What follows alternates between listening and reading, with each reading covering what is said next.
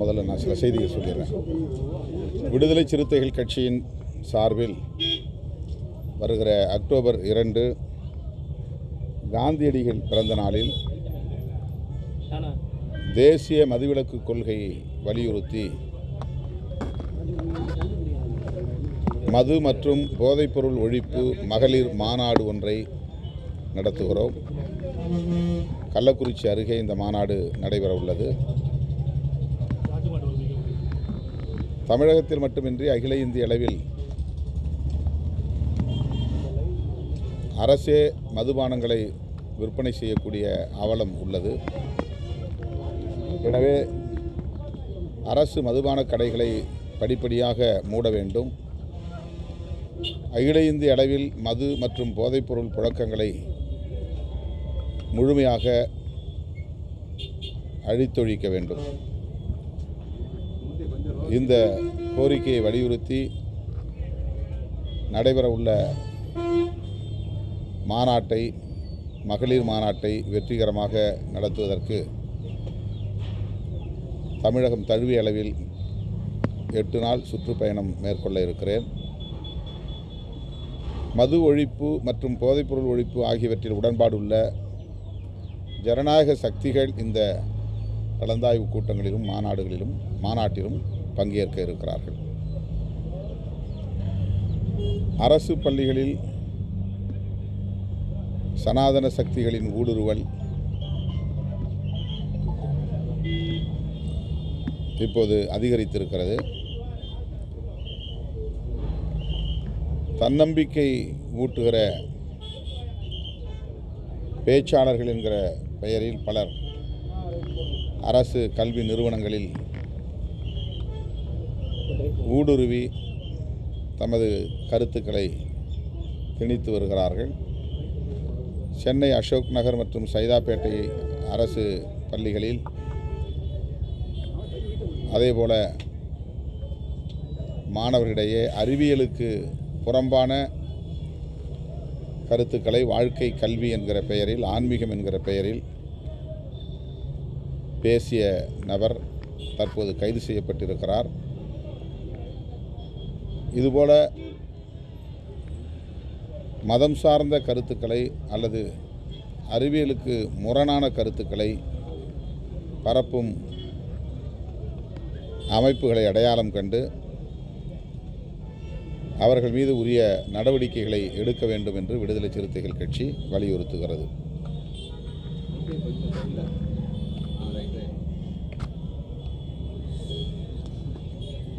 சங்கரன் கோவில் ஒரு கேள்வி எழுதுல தமிழ் எங்கே போகுதுன்னு. இப்போ அந்த நபரை ஏன் கைது செஞ்சீங்க, அப்புறம் கைது செய்கிற அளவுக்கு வழக்கு இல்லைன்னு சொல்கிறாங்க. அதனை கடந்து அவர் பேசுனது தப்பு இல்லை அப்படின்னு சொல்கிறாங்க. இந்து திருக்குறளையும் இந்து மதத்தோட தர்மத்தையும் பேசியிருக்காரு. இல்லை, அவருடைய நம்பிக்கை அவருக்குரியது. அதுபோல் அந்த கருத்தில் நம்பிக்கை உள்ளவர்களும் இருக்கிறார்கள். அதை நாம் மறுப்பதற்கில்லை. ஆனால் அவர் பள்ளியில் மாணவர்களிடையே பேசிய அந்த முறை போன பிறவியில் பாவம் செய்ததால் தான் இந்த பிறவியில் நாம் துன்பப்படுகிறோம் என்று மாற்றுத்திறனாளிகளாக பிறப்பதற்கும் அதுதான் காரணம் என்பதை போன்ற ஒரு செய்தியை மறைமுகமாக அவர் பதிவு செய்திருக்கிறார். அழகில்லாமல் இருப்பவர்கள் போன பிறவியில் பாவம் செய்தவர்கள் என்று சொல்லியிருக்கிறார். பள்ளி மாணவிகளிடையே போய் உங்களுக்கு டென்ஷன் இருக்கிறதா, நிம்மதி இல்லாமல் இருக்கிறீர்களா, கையை உயர்த்துங்கள், எல்லோரும் உயர்த்துங்கள் என்றெல்லாம் பேசியிருக்கிறார். அவருடைய அணுகுமுறை என்பது அங்கே விமர்சனத்துக்குரியதாக மாறுகிறது. அந்த கருத்துக்களை மாணவிகளிடையே பேச, ஒரு இளைஞர்களிடையே, கல்லூரி மாணவர்களிடையே பேசினால் கூட அவர்களால் அதை உள்வாங்க முடியும். பள்ளி குழந்தைகள் உள்வாங்கக்கூடிய அளவுக்கான கருத்து அல்ல. அது ஒரு ஆன்மீகம் தொடர்பான தத்துவம்.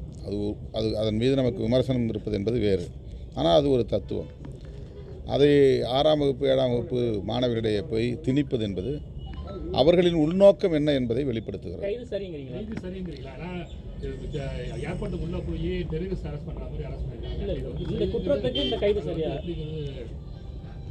இது இரு சமூகங்களுக்கு இடையிலான முரண்பாட்டை கூர்மைப்படுத்துகிற அடிப்படையில் 153A என்கிற பிரிவின் கீழ் இந்த வழக்கை பதிவு செய்திருக்கிறார்கள். அது சரிதான். அதாவது ஒரு மதம் சொல்லுகிற கருத்தை பரப்புகிற போது இன்னொரு மதத்தை சார்ந்தவர்கள் அதை மாறாக கருதுவது அல்லது முரண்பாடாக கருதுவது இரு சமூகத்தினருக்கு இடையே இடைவெளியை ஏற்படுத்தும். இதற்காகத்தான் ஐபிசியில் 153A இருக்கிறது. இரு சமூகத்தினருக்கு இடையிலே முரண்பாடுகளை உருவாக்கக்கூடிய எந்த பரப்புரையும் மேற்கொள்ளக்கூடாது சட்டத்திலே இருக்கிறது. அதே போல் ஒரு பள்ளி ஆசிரியர் மாற்றுத்திறனாளி, அவருக்கு என்ன சிக்கல், அவருக்கு ஈகோ பிரச்சனை என்று சொல்லுவது மறைமுகமாக அவரை ஒரு மாற்றுத்திறனாளி என்று அவர் கேலி செய்வதாகத்தான் இருக்கிறது.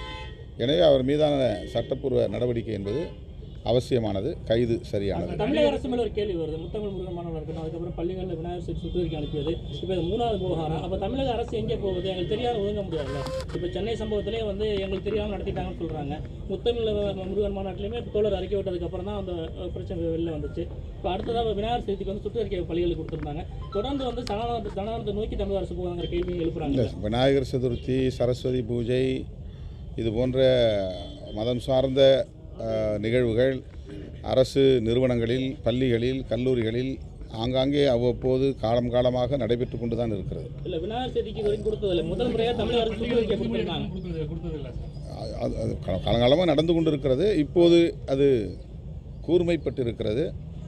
தமிழக அரசு இதில் கவனமாக இருக்க வேண்டும், எச்சரிக்கையாக இருக்க வேண்டும் என்று நாங்கள் தொடர்ந்து வலியுறுத்தி வருகிறோம். இது மட்டுமல்ல, நீண்ட காலமாகவே சங் பரிவார் அமைப்புகள் கல்வி நிறுவனங்களை குறிவைத்து மாணவ செல்வங்களை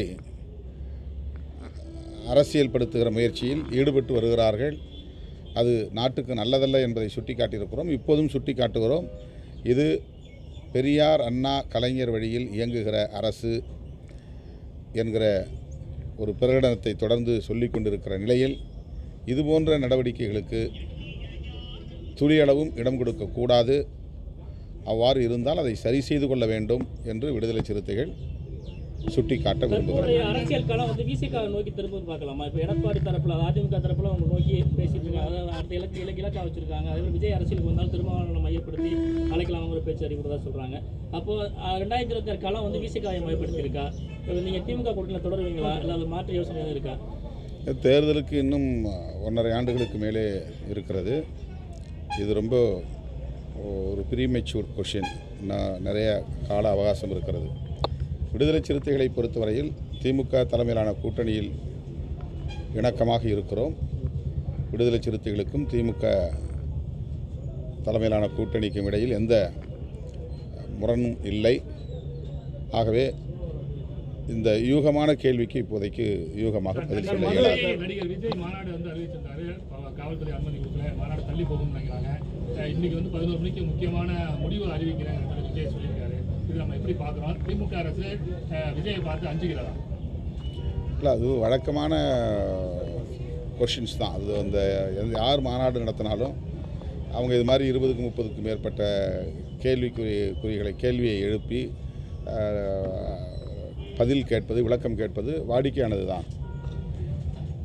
அதை அவர்கள் உரிய விடை அளித்தால் அனுமதி கொடுத்து விடுவார்கள். இதில் அனுமதி மறுப்பு என்பதற்கு வாய்ப்பில்லை. எதை சொல்லி அனுமதி மறுக்க முடியும்? எனவே விஜய் கட்சி நடத்தவிருக்கிற மாநாடு அரசு அனுமதியோடு நடைபெற வேண்டும். அதற்கு எந்த தடையும் இருக்க வாய்ப்பில்லை. அவருடைய மாநாடு சிறப்பாக நடந்தேற என்னுடைய வாழ்த்துக்கள். தமிழக அரசோடு தொடர்ந்து கூட்டணி இருக்கீங்க. மதுவுக்கு எதிரான மாநாடு நடத்த போக சொல்லியிருக்கீங்க. ஏற்கனவே இருந்த அதிமுக ஆட்சி காலத்தில் இருந்த மதுக்கடையோட இப்போ கூடுதலாக திறந்திருக்காங்க. நிறைய இருக்கு. நீங்க எத்தனை முறை அதாவது அரசுக்கு அழுத்தம் கொடுத்துருக்கீங்க? ஒருவேளை அப்படி இல்லைன்னா உங்களுடைய நேரடியாக பார்த்து ஏற்கனவே நாங்கள் சொல்லியிருக்கிறோம். 2016 திராவிட முன்னேற்றக் கழகம் தனது தேர்தல் அறிக்கையில் படிப்படியாக மதுவிலக்கை நடைமுறைப்படுத்துவோம் என்று உறுதி அளித்திருப்பதையும் நாங்கள் சுட்டிக்காட்டியிருக்கிறோம். மறுபடியும் கூட்டணி கட்சி என்கிற அடிப்படையில் நேரிலே சந்திப்பதற்கு, இதை எடுத்து உரைப்பதற்கு வாய்ப்பு இருக்கிறது. எனவே முதல்வர் அவர்கள் வந்த பிறகு, இந்த மாநாடு முடிந்த பிறகு எங்கள் நிலைப்பாட்டை முதல்வரின் கவனத்திற்கு கொண்டு செல்வோம். கூடுதலாக திறந்திருக்காங்க. அதுதான் அந்த மாதிரி கூடுதலாக வர்றது கவலை அளிக்கிறது. கூடுதலாக படிப்படியாக குறைக்கணுமே தவிர படிப்படியாக கூட்டக்கூடாது.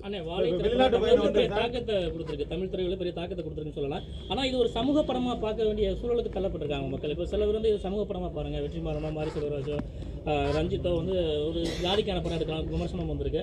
ஆனால் ஒரு திரையுலக மாற்றத்துறைக்கு நகரும் போது இந்த ஒரு குற்றச்சாட்டு உள்ள வருது.